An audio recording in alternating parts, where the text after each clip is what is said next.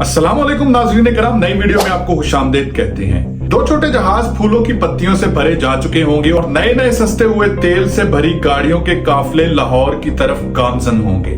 अंदरून लाहौर के अंदर शेर आया के नारे लग रहे होंगे और वहीं पे किसी पुराने से ट्रक के ऊपर एक पिंजरे के अंदर कमजोर सा शेर बंद किया होगा, जो ये सोच रहा होगा कि ना तो मैंने इस मुल्क में करप्शन की है और ना ही मैंने किसी अदारों के बारे में गुस्ताखी की है, लेकिन फिर भी मुझे पिंजरे के अंदर क्यों बंद करके रखा गया है। ये वो मनाजर हैं जो आज लाहौर की किसी न किसी गली में आपको देखने को मिले होंगे। नाज़रीन कराम, हमने कभी न कभी जिंदगी में ऐसी मूवीज देखी होंगी जिनमें कैदी जेल से किसी न किसी तरह फरार होने में कामयाब होता है। कोई महीनों की अनथक मेहनत के बाद जेल में सुरंग बनाने में कामयाब होता है, तो कोई हेलीकॉप्टर की मदद से जेल से फरार होने में कामयाब हो जाता है। लेकिन पाकिस्तान का कानून जैसा मर्जी हो, जेलें हमारी फरार प्रूफ हैं।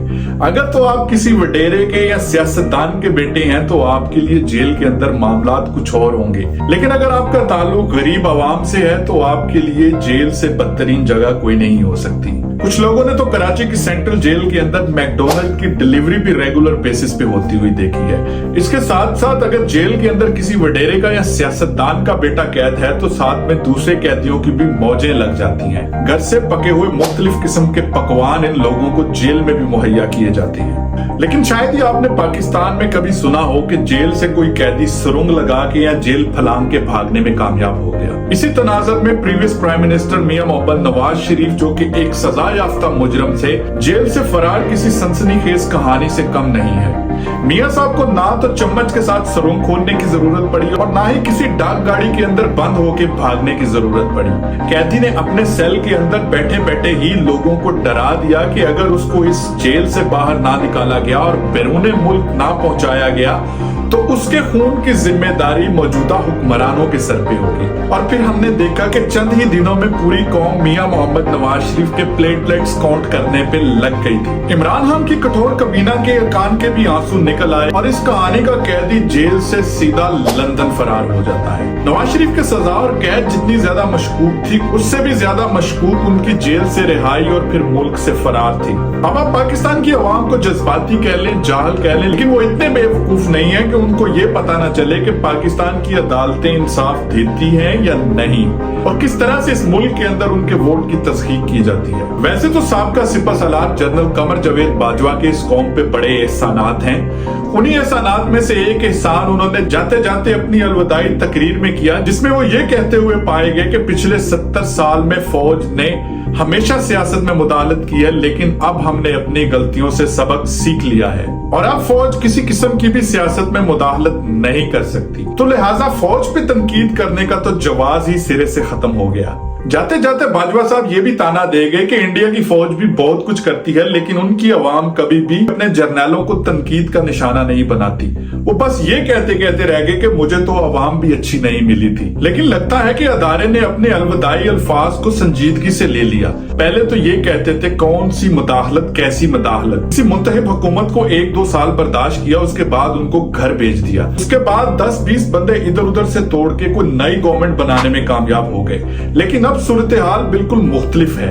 लेकिन अब तो हर पार्टी, हर लीडर और हर कारकुन को गले से लगा के रखा जा रहा है और जो गले लगने में थोड़ा सा हिचकिचाहट दिखाता है उसको 10-20 दिनों के लिए गायब कर दिया जाता है। और जब 1-2 महीने के बाद उस बंदे के दिल में कौम और कौम के अदारों का दर्द जाग जाता है तो उसको सीधा किसी न किसी टीवी के प्रोग्राम के अंदर या किसी एंकर के घर पे ही सीधा भेज दिया जाता है। टीवी चैनल पे भी किसी किस्म की कोई पाबंदी नहीं और एंकर हजरात भी जिस तरह का सवाल चाहें वो इन लोगों से पूछ सकते हैं। अब तक तो सबको खबर हो चुकी है कि अदारों के सेफ हाउस से घर का रास्ता टीवी स्टूडियो से होके गुजरता है, क्योंकि पाकिस्तान की जेलों से फरार जेलर की मर्जी के बगैर मुमकिन नहीं है। अब ये जेलर कौन है, इसके ऊपर बहस करना बिल्कुल फजूल होगा, क्योंकि पाकिस्तान का बच्चा ये जानता है कि वो जेलर किस रंग की वर्दी पहनता है।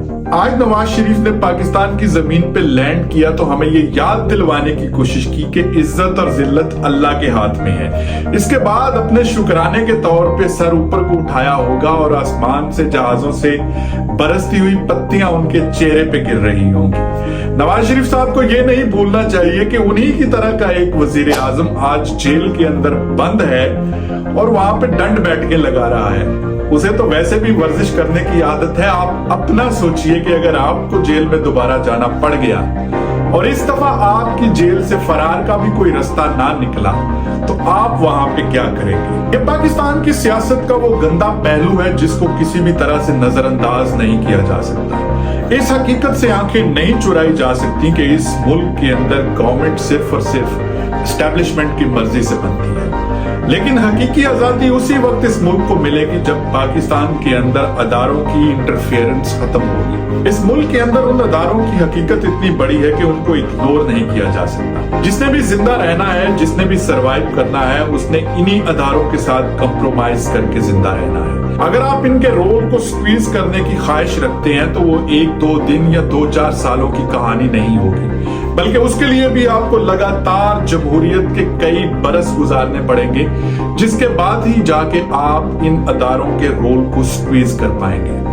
उम्मीद करते हैं आपको हमारी आज की वीडियो से कुछ ना कुछ सीखने को मिला होगा या कुछ ना कुछ इंटरेस्टिंग लगा होगा। अगर आपको हमारी वीडियो पसंद आई हो तो हमारे चैनल को सब्सक्राइब करें और बेल आइकन को दबाएं ताकि नई आने वाली वीडियो का नोटिफिकेशन आपको मिलता रहे। इस चैनल की ग्रोथ आपकी सपोर्ट के बगैर मुमकिन नहीं है।